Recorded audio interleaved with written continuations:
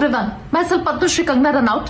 सब लोग मुझसे पूछ रहे हैं कि मैं इंटरव्यू से पहले क्या लेकर गई थी। मैं सब समझती हूँ, मैं अपना दिमाग लेकर गई थी। आजादी तो नहीं मिली थी, क्या गलत बोल दिया मैंने? आजादी तो हमें अभी भी नहीं मिली है। क्या देश का युवा गोवा जा पा रहा है? बताइए आप। अस्सलाम वालेकुम इंस्टाग्राम के बंदा।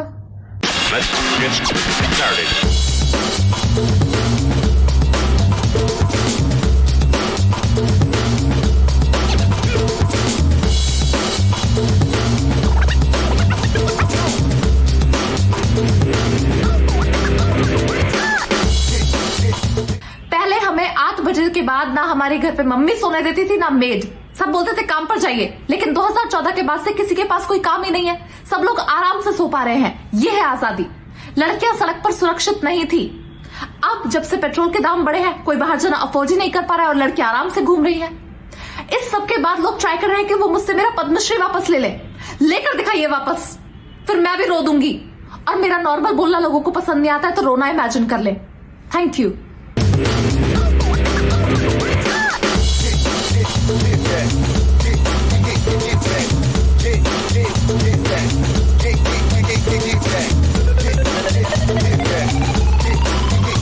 प्रोटेस्ट में सड़क पर बैठ कर आते हैं हमारे बच्चे, कपड़े और गंदे कर लेते हैं। नहीं भैया, तुम्हें तो नहीं धोने पड़ते, हमें तो धोने पड़ते ही ना इतने जाड़े में।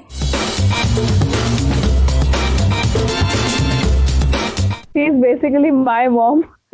My mom doesn't speak like her like she does, but yeah, she's मतलब जैसे एक वीडियो थी सीए के ऊपर, तो वो उसने बोला था कि वाटर कैनन चला देते हैं, हमारे बच्चों को जुकाम हो जाता है, नजला हो जाता है। तो एक्चुअल में हमारा इंटरनेट बैन था और मैं तब घर पर थी, तो मेरी मम्मी ने यही बोला। हम टीवी पर न्यूज देख रहे थे वाटर कैनन वाली, तो मम्मी यही कह रही थी, बताओ इतनी ठंड में बेचारे बच्चे भीग जाएंगे।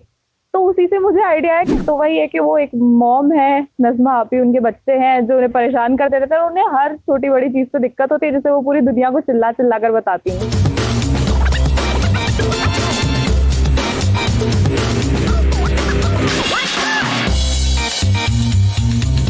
मैंने तो अपने सारे बच्चों की नाकों में ना रुई ठूसती है। मैंने कहा भैया इससे तो अच्छा सांस ही मत लो, कि गंदा सांस लो।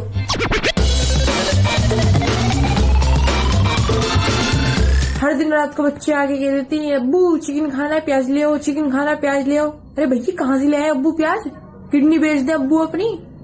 बेचने को तो बेच दे, पर कोई पुर्जा शरीर में ठीक भी तो होना चाहिए जिसे कोई खरीद ले।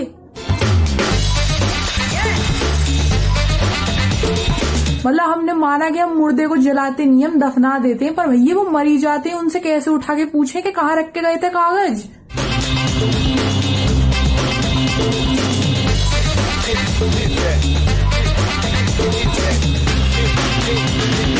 पहले हमारे बच्चे स्कूल नहीं जाते तो इन्हें जबरदस्ती स्कूल में भर्ती कराया कि नहीं भाई सबको पढ़ने का वो है, सबको स्कूल भेजो। अब जब हमारे बच्चे पढ़ लिख के पढ़ी लिखी बातें करते तो इनको दिक्कत हो रही है। तो वही है, नज़मा आपी की जो वीडियोस होती है वो पॉलिटिकल नहीं है, बस वो जो करंट इश्यूज चल रहे हैं उनके ऊपर बोलती हैं।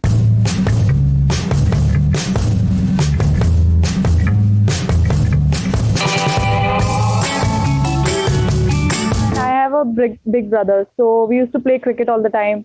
तो मतलब मैं कभी डॉल्स वगैरह से नहीं खेली, और we used to see comedy clips on his phone. He had a phone at the time. तो मतलब कॉमेडी तो बचपन से ही, वही पहले ये था कि कोई देख नहीं पाता था। 3-4 लोगों के सामने सिर्फ मैं परफॉर्म कर रही होती थी अपने स्कूल फ्रेंड्स के लिए, अपनी फैमिली के लिए। मतलब रात को जब मेरे पापा आते थे तो 1 घंटा होता था जिसमें सिर्फ मैं ही बोल रही होती थी। तो लेकिन जब फोन मिला तो मैंने फिर पहले से ही आइडिया था कि हाँ अगर कभी फोन मिलेगा तो मैं कुछ क्रिएटिव उसके साथ करूंगी।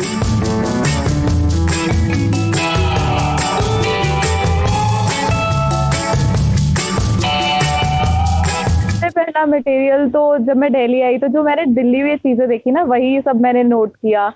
जैसे दिल्ली के रिक्शे वालों का अलग ही स्वैग होता है, वो कभी भी तुम्हारे लिए नहीं रुकते, तुम्हें उन्हें पकड़ पकड़ के रोकना पड़ता है, भैया चलोगे क्या।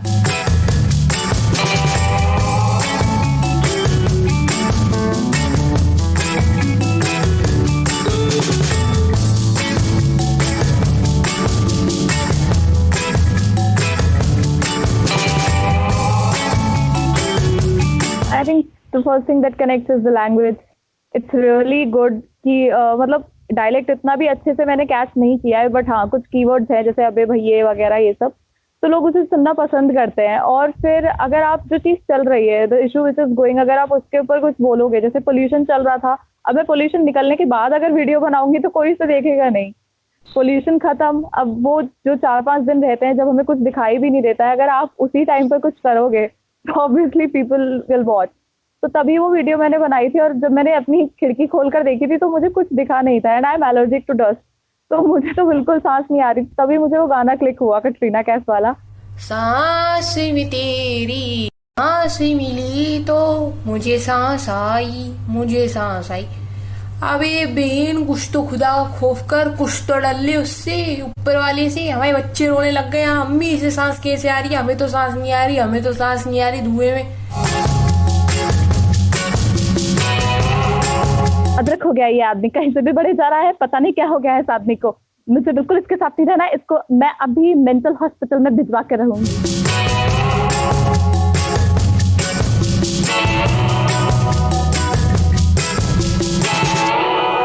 पहले तो सब कहते थे कि अरे ये क्या करते, जोक्स ही तो सुनाते हो, बट हाँ अब लोग ये कहना स्टार्ट कर दिया सबने कि ये जोक सुनाना सबसे टफ काम है।